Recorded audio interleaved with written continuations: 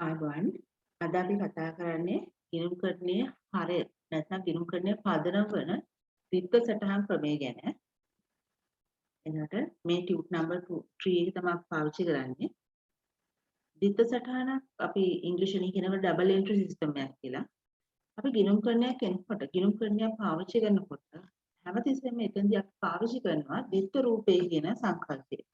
ඒ කියන්නේ ඕනම ගනුදෙනුවක ස්වරූපයන් දෙකක් තියෙනවා. ඒ ස්වරූපය තමයි අපි ගිණුම් කරන. ඒ කියන්නේ එකක් වැඩි වෙනකොට අනිත් තවත් එකකට බලපෑමක් සිදු වෙනවා. ඒ ආදී වශයෙන් ඒ කියන්නේ ඕන දෙආකාර බලපෑමක් තියෙනවා. ඒ බලපෑමට තමයි අපි කියන්නේ ද්විත්ව ස්වරූපය කියලා. ඒතකොට ද්විත්ව ස්වරූපයේ උදාහරණයක් විදිහට අපි අරන් තියෙනවා අයිතිකරු රුපියල් ලක්ෂයක් ව්‍යාපාරයට යෙදුවා.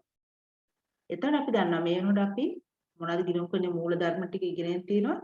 එතකොට ව්‍යාපාර ලක්ෂයක් මුදල් යෙදුවාම මුදල් කියන වත්කම වැඩි වෙනවා. අනිත් පැත්තෙන් අයිතිකාරයාගේ හිමිකම වැඩි වෙනවා. ඒතර ස්වරූපයන් දෙකක් තියෙනවා. ඒ ස්වරූපය තමයි අපි ද්විත්ව ස්වරූපය කියලා කියන්නේ. ඊගාට අපි ගත්තොත් එහෙම 50000ක බැංකු ණයක් ලබා ගත්තා. ඒතර අපි දන්නවා බැංකු ණය ලබා ගන්නකොට අපිට මුදල් ගලාගෙන යනවා ව්‍යාපාරයට. ඒ නිසා වත්කමක් වැඩි වෙනවා. ඒකම රුපියල් 50000ක් කියන බැංකු ණයක්. ඒතර බැංකු ණය කියලා කියන්නේ වගකීමක්. ඒතර ඒ ගන්න නිසා වගකීමත් වැඩි වෙනවා 50000කින්. තව එකක් ගත්තම රුපියල් 10000ක වැටුප් ගෙවීම.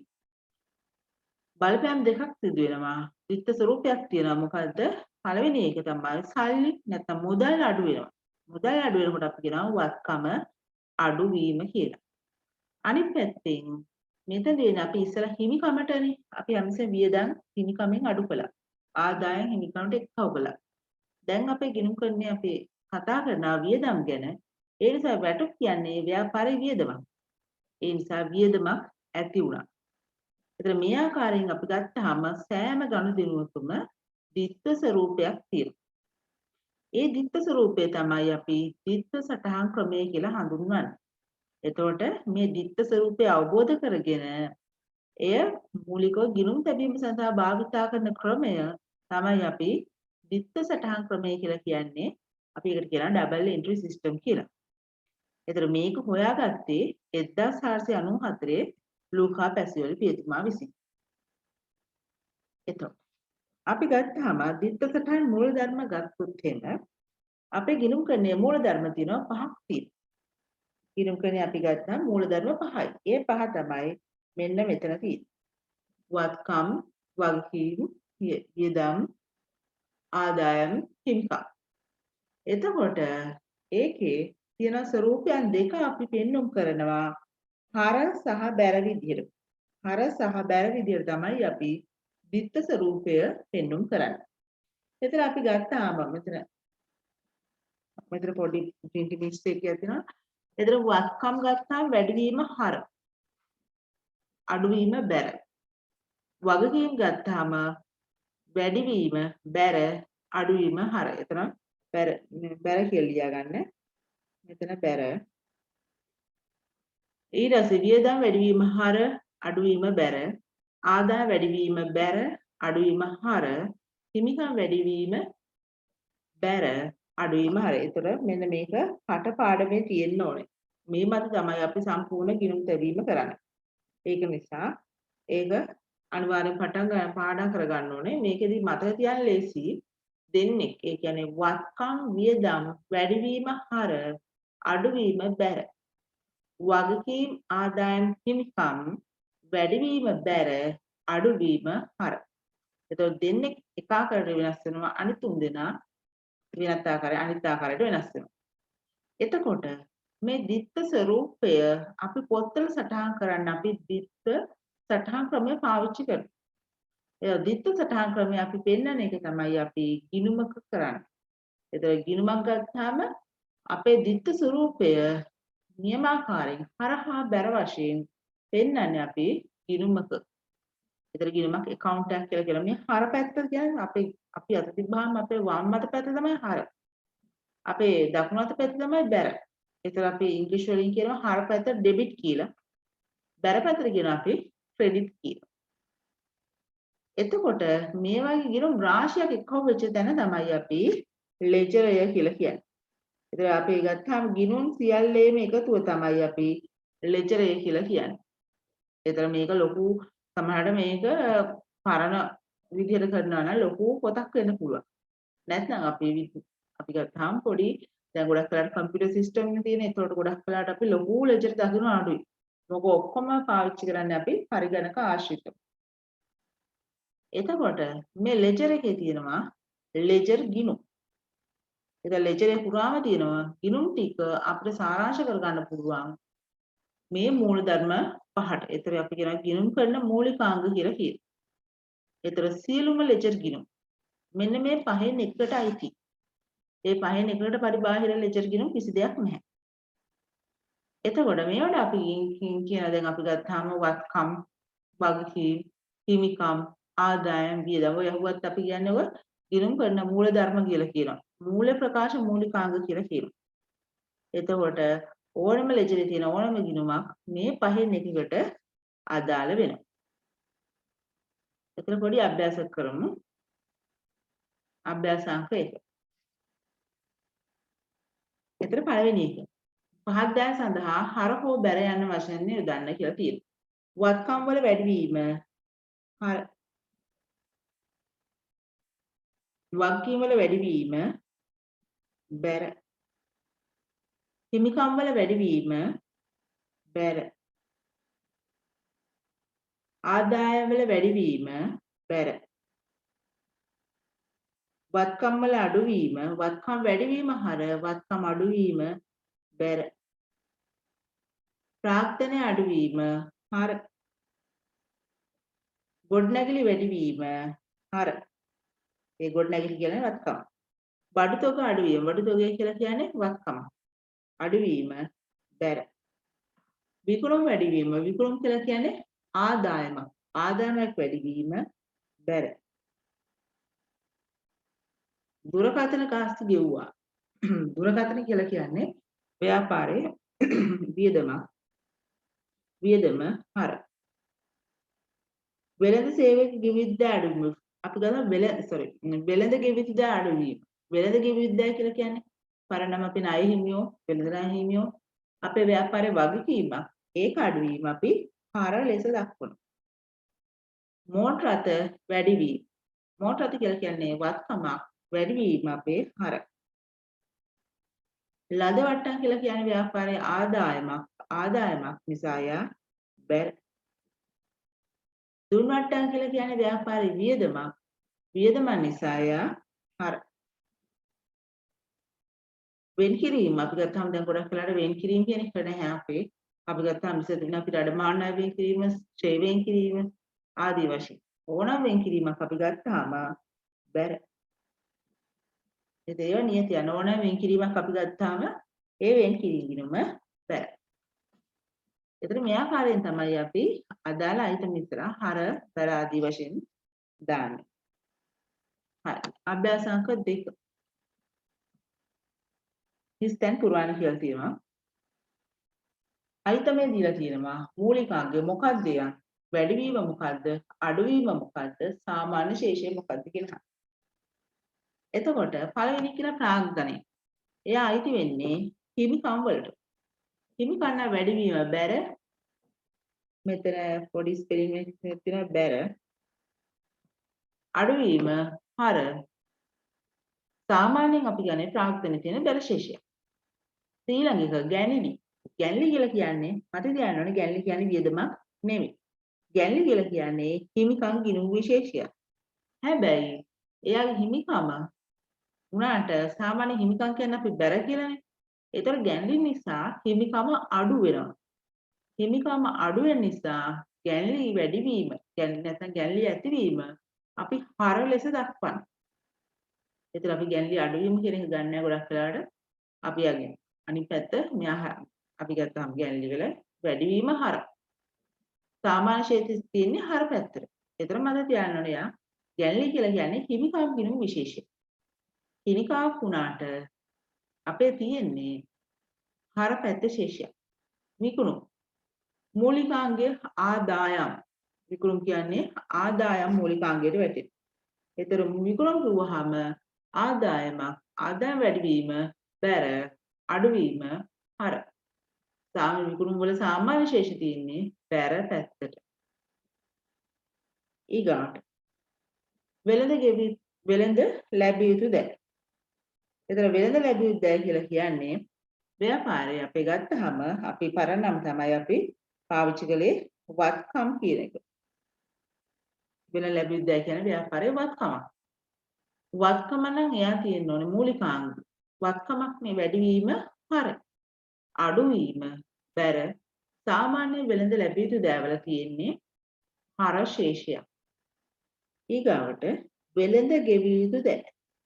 වෙළඳ ගෙවිය යුතු දෑ කියලා කියන්නේ ණය හිමියව. පරණම තමයි ණය හිමියව. ඒතර වෙළඳ ගෙවිය යුතු දෑ වලට අපි ගත්තා මූලිකාංගය අදාළ වෙන්නේ වගකීම් කියන මූලිකාංගය. වගකීම නම් බැර. ඒ අනුව වැඩිවීම බැර අඩුවීම හර සාමාන්‍ය වගකීම්ක දකින්නේ අපි බැර ශේෂය. ඊගාට යන්ත්‍ර. යන්ත්‍ර කියලා කියන්නේ අපේ වත්කම. මූලිකාංගය වැටෙන අපේ වත්කමට. ඒතර වත්කමක් නම් වැඩිවීම බැර අඩුවීම වත්කමක් නම් වැඩිවීම හර අඩුවීම බැර. සාමාන්‍ය යන්ත්‍ර කියන වත්කම නිසා යාගේ සාමාන්‍ය ශේෂය තියෙන්නේ හර පැත්තේ. විදුලිය. විදුලිය අපි ගත්තාම විදුලිය කියලා කියන්නේ අපේ මූලිකාංගය ගත්තාම වියදම් කියන මූලිකාංගය. ඒතර වියදමක් නම් හර වැඩිවීම හර අඩුවීම බැර. ඒක සාමාන්‍ය ශේෂය. සාමාන්‍ය ශේෂය සාමාන්‍යයෙන් තියෙන එක. විදුලියේ සාමාන්‍ය ශේෂය තමයි හර. ආයෝජන. ආයෝජන කියලා කියන්නේ අපේ වැඩිපුර තියෙනවා නම් අපි ගාව තියෙන සල්ලි අපි පිටක ආයෝජනය කළා නම් ඒකට අපි කියනවා ආයෝජනය කියලා. අපිට පුළුවන් කොටස් වල ආයෝජනය කරන්න, බැංකුවේ දාන්න පුළුවන්, ඒක වත්කම් වල ආයෝජනය කරන්න පුළුවන් ආදී වශයෙන්. ආයෝජන කියලා කියන්නේ අපි සතු වත්කම. ඒ නිසා මූලිකාංගයන්නේ වත්කම. වැඩිවීම වෙන්නේ හර අඩුවීම බැර. සාමාන්‍ය ආයෝජන කියලා කියන්නේ හර ශේෂය. එතකොට ආයෝජන තියෙනකොට ආයෝජන ආදායමක් ඇති වෙනවා. ආයෝජන කියලා කියන්නේ වත්කමක් වුණාට ආයෝජන ආදායම් කියලා කියන්නේ ආදායම් යටතට වැටෙනවා. ඒතර යාගේ වැඩිවීම බැර අඩුවීම හර සාමාන්‍ය ශේෂය ආදායමක් නම් බැර. ඊට පස්සේ අත්පිට ගැනුම්. අත්පිට ගැනුම් කියලා කියන්නේ එයාගේ මූලිකාංගය. අපි ගැනුම් කියලා කියන්නේ වියදම. වියදම් මූලිකාංගය තමයි ගැනුම් වැටෙන්නේ. වැඩිවීම හර අඩුවීම බැර. සාමාන්‍ය වියදම් ගිණුම් වල තියෙන්නේ හර පැත්තේ ශේෂයක්. ඒ ආකාරයෙන් තමයි ඒ ටික සටහන් වෙන්නේ. තව තියෙනවා ණයට ගැනුම්. ණයට ගත්තත් අත්පිට ගත්තත් ගැනුම් කියලා කියන්නේ වියදම. මූලිකාංගයේ වියදම. ඒතර ගැනුම් වැඩිවීම හර අඩුවීම බැර. ඒක සාමාන්‍ය ගැනුම් වල තියෙන්නේ අපි ගන්නාම හර ශේෂය.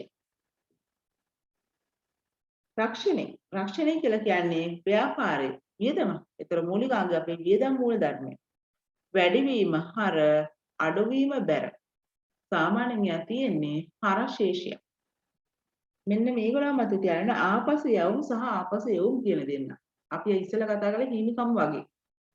ආපසු යවුම් ඇති වෙන්න නම් ගැනුම් කරලා තියෙන්න ඕනේ. නිකන් ආපසු යවුම් ඇති වෙන්න බෑනේ. අපි ඉස්සෙල්ලා ගැනුම් කරලා තියෙන්න ඕනේ. ඒතර මෙතෙන්දි මතක තියාගන්න උපකල්පනයක් තියෙනවා. ආපසු යවන්න පුළුවන් ණයට ගත්ත ඒවා විතරයි. අත්පිට ගත්ත ඒවා ආපසු එයිම අපි පාවිච්චි කරන්නේ නැහැ. අපි ආපසු යම් කියලා මූලධර්ම රිලේට් කරන්නේ ණයට ගැනුම් වලට විතරයි. ඒතර ගැනුම් කියලා කියන්නේ වියදමක්. එහෙනම් එයා නිසා ඇති වෙන අනිත් එක්කෙනා තමයි ආපසු යවුම්. ගැනුම් වියදමක් නම් ඒ මත ඇදින එක්කෙනා වියදමක්. ඒ කියන්නේ ආපසු යවුම් කියන්නේ වියදම්. වැඩි හැබැයි වියදම් වුණාම තියෙනවනේ මොකද්ද? වියදම් වුණාට එන්න මෙතන මතක තියාගන්න ඕනේ මෙයා වියදමක් වුණාට හර නෙමෙයි. වියදමක් වුණාට වැඩිවීම බැර අඩුවීම හර සාමාන්‍ය ශේෂය ආපස්සු යවපුවාම බැර කියන එක මත තියාගන්න ඕන. මොකද එයා කරන්නේ වියදමක් වුණා නම් හර වෙන්න බෑ. මෙතන බැර වෙන්නේ වියදමක් ආපස්සු යවමු කියන එක. විකුණුම් පිළිවෙල නැත්නම් ගැනුම් අඩු කරනවා. ඒ නිසා යා වියදමක් අඩු කිරීමේ පදනමෙන් තමයි අපි බැර කියලා වැඩිවීම බැර කියලා දාන්නේ. ඊගාට ආපසු එවුම්. ආපසු එවන්න නම් අපි ඉස්සෙල්ලා තියෙන්න ඕන මොකද්ද? විකුණලා තියෙන්න ඕන.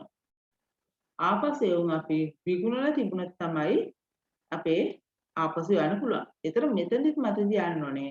ආපසු එවුම් කියන්න කරන්න පුළුවන් ණයට විකුණපු ඒවා විතරයි.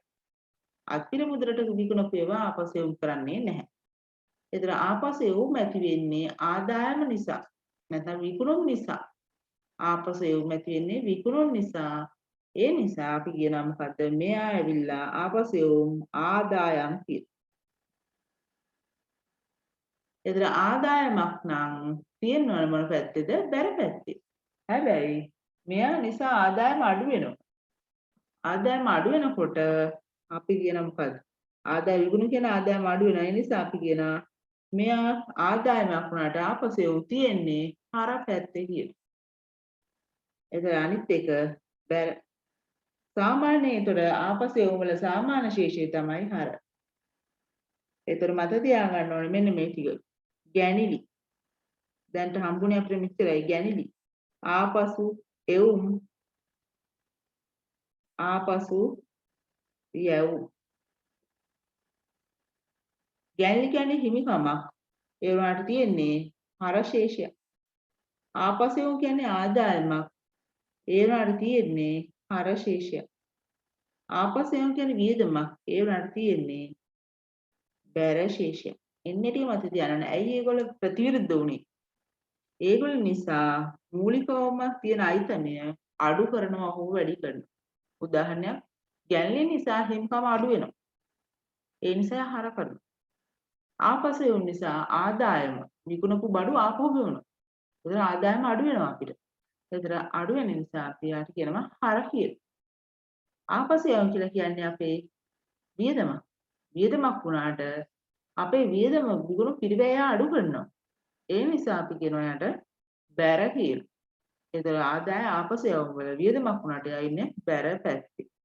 එන්නේ ඒ ටික මතක තියාගන්න අවශ්‍ය වෙනවා. ඊට පස්සේ තුන්වෙනි අභ්‍යාස. එතන මේක අපි අභ්‍යාස මේකේ 10ට වෙනකම් කතා කරමු. අයිටම් 10ට වෙනකම්.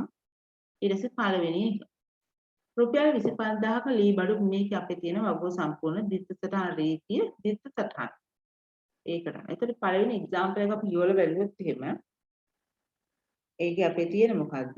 අයිතිකරු ව්‍යාපාර රුපියල් 20000ක් යෙදවීම. එතකොට වෙන්නේ මුදල් කියන වත්කම වැඩි වෙනවා. වත්කමක් වැඩි වෙනවා. අනිත් පැත්තෙන් අයිතිකාරයාගේ හිමිකාරත්වය වැඩි වෙනවා. එතකොට වත්කම තමයි මුදල්. මුදල් කියන්නේ වත්කමක් වැඩි වීම හර හිමිකමක් වැඩි වෙනවා. හිමිකම කියලා අපේ ප්‍රාග්ධනය වැඩි වීම බැර කියලා අපි සටහන් කරනවා. ඊළඟේ ලී බඩු අත්පිර මුද්‍රට ගත්තා. එතකොට මම කියන්න ඕනේ ලී බඩු කියලා වත්කමක් ඇති වෙනවා. ලී බඩු කියලා. අනිත් පැත්තේ මුදල් කියන්නේ ව්‍යාපාරයේ තියෙන වත්කමක්. ඒ නිසා මොකද්ද වෙන්නේ? මුදලුත් අඩු වෙනවා. ඒතර ලී බඩු වැඩි වෙනවා, මුදල් අඩු වෙනවා. නැත්නම් වත්කමක් වැඩි වෙනවා, වත්කමක් අඩු වෙනවා. එතකොට වත්කම් වැඩි වීම හර වත්කම් අඩු වීම බැර. එතන අපේ දිත්ත සටහන් තමයි ලී බඩු ගිණුම හර මුදල් බැර වෙනවා. තුන්වෙනි රුපියල් 60000ක භාණ්ඩ අත්පිර මුදලට ගත්තා. 8000ක භාණ්ඩ අත්පිර මුදලට ගත්තාම සල්ලි වලට අරන් තියෙනවා. ඒතර මත තියාගන්න මෙතනදී අපි ගිණුම් කරන සමීකරණයේ තොග වලට නෙක්කව කරේ තොගයට එකතු කළා. මුදල් අඩු කළා. ඒතර අපි දිනුම් තියනකොට මත තියාගන්න ඕනේ තොග ගිණුමක් කියලා එකක් දැනට ව්‍යාපාරේ නැහැ.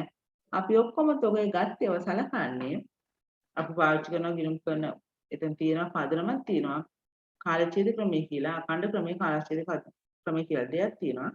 මෙතනදි මම තියන්න ඕනේ තොගයක් ගත්තට පස්සේ අපි තොග ගිණුමට දාන්නේ නැහැ.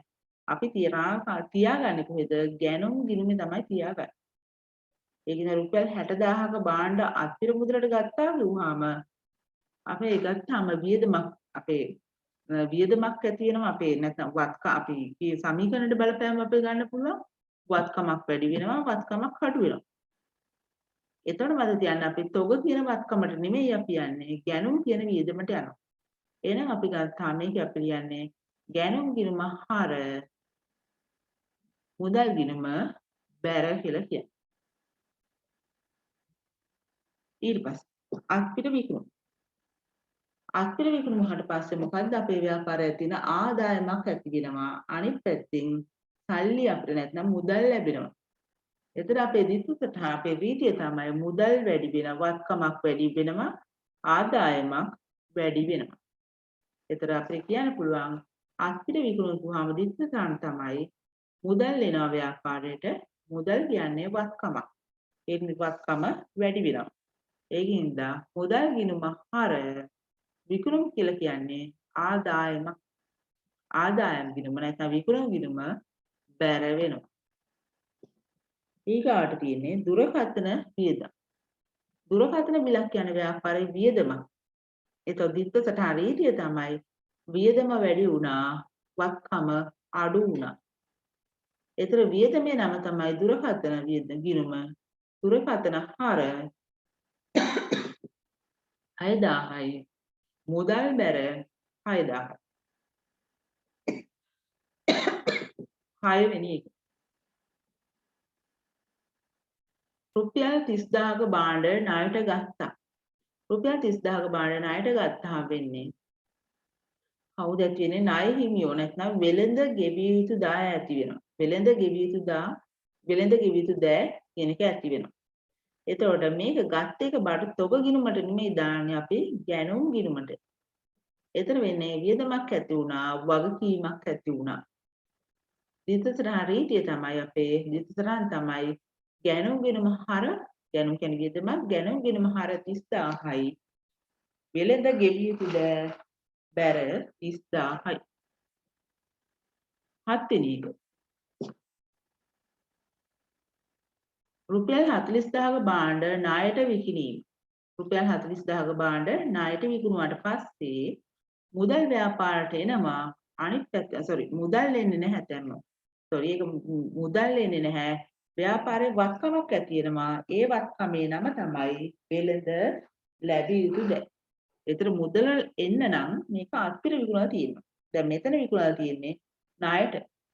ඒ නිසා අපි ණයට විකුණුවාම ඇති වෙනවා වෙළඳ ලැබිය යුතු දෑ අපිට වත්කමක්.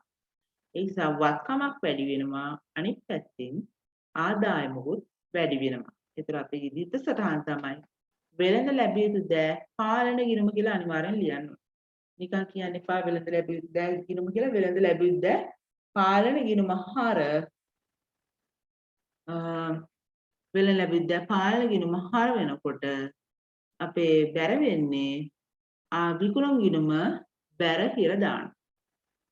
විකුණුම් ගිණුම බැර කියලා ගන්න. ඒතර මෙන්න මෙතනත් මෙන්න මේ තැන් දෙකේම ණයට ගන්න කොටයි ණයට විකුණන කොටයි ණය ගැතියෝයි ණය හිමියෝයි ඇති වෙනවා. ඒතර නැත්නම් වෙළඳ ලැබිය යුතු දෑ වෙළඳ ගෙවිය යුතු දෑ ඇති වෙනවා. ඒතර හැමතිස්සෙම ලියන්න වෙළඳ ලැබිය යුතු දෑ පාලන ගිණුම වෙළඳ ගෙවිය යුතු දෑ පාලන ගිණුම.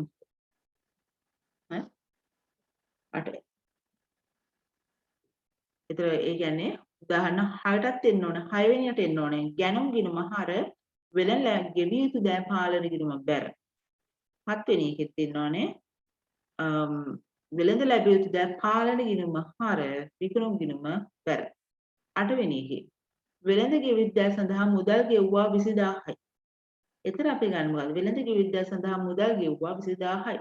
මුදල් අඩු වෙනවා. වත්කමක් අඩු වෙනවා.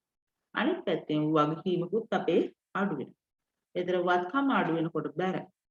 වගකීම අඩු වෙනකොට හර. ඒතර වෙළඳ ගෙවිය යුතු දෑ පාලන ගිණුම හර 20000යි. මුදල් බැර 20000යි. එතන මත තියාගන්න පාලන කියන වචනේ අනිවාර්යයෙන්ම යොදන්න ඕනේ. ඊට පස්සේ තියෙනවා 9 වෙනි එකේ වෙළඳ ලැබිය යුතු දෑ වලින් මුදල් ලැබුණා 35000යි. ඒතර වෙළඳ ලැබිය යුතු දෑ වලින් මුදල් ලැබුණාම 35000යි. මුදල් කියන වත්කම එනවා. වත්කම් වැඩි වුණා හර වත්කම් අඩු වුණා බැර. ඒතර වැඩි වෙච්ච වත්කම තමයි මුදල්. අඩු වෙච්ච වත්කම තමයි වෙළඳ ලැබිය යුතු දෑ කියන්නේ. ඒතර අපේ දිත්ත සටහන තමයි මුදල් ලැබෙනවා. මුදල් කියන වත්කමක්. ඒ නිසා මුදල් ගිණුම හර වෙනකොට වෙළඳ ලැබිය යුතු දෑ පාලන ගිණුම අපේ බැර වෙනවා. ඊගාට 10. ගෙවල් කුලී ආදායමක් ලැබුණා. අපි ඉතිසලෙක් කළානේ 9 10 වෙනි එක අපිට තියෙන්නේ. වෙළඳ ගෙවල් කුලී ආදායමක් ලැබුණා. එහෙනම් මුදල් කියන වත්කම වැඩි වෙනවා. අනිත් පැත්තෙන් ගෙවල් කුලී ආදායම් කියන අපේ ආදායමක්. ඒතර වත්කමත් වැඩි වෙනවා. අනිත් පැත්තෙන් මොකද්ද? ආදායමත් වැඩි වෙනවා. ඒතර අපේ දිත්ත සටහන් තමයි ගෙවල් කුලී කියලා කියන්නේ ආදායමක් නේ මුදල් කියන්නේ වත්කම මුදල් ලැබෙනවා. මුදල් ගිණුම හර ගෙවල් කුලී ආදායම් ගිණුම බැර වෙනවා. ඊට පස්සේ බැංකු ණයක් ගත්තා 11 වෙනි එක. ඒතර බැංකු ණයක් ගත්තා වෙන්නේ වගකීමක් ඇති වෙනවා මුදලුත් ලැබෙනවා. වත්කමකුත් වැඩි වෙනවා වගකීමකුත් වැඩි වෙනවා. ඒතර වත්කම වැඩි වෙනවා මුදල් වත්කම වැඩි වීම. මුදල් ගිණුම හර බැංකු ණය කියලා කියන වගකීමක් බැංකු ණය ගිණුම බැර. ඊට පස්සේ අයිතිකරු පෞද්ගලික ප්‍රයෝජන 5000ක් ව්‍යාපාරයෙන් ගත්තා. එතන මම කියන්නේ මේ කරලා තියෙන අයිතිකාරයක් ගැනිලි කරලා තියෙන පෞද්ගලික ප්‍රයෝජනට ගන්නව නම් ගැනිලි කරලා තියෙන. මුදල් ගැනිල්ලක් කරලා තියෙන. එහෙනම් මුදලට වත්කමක් අඩු වෙනවා හිමිකමත් අඩු වෙනවා.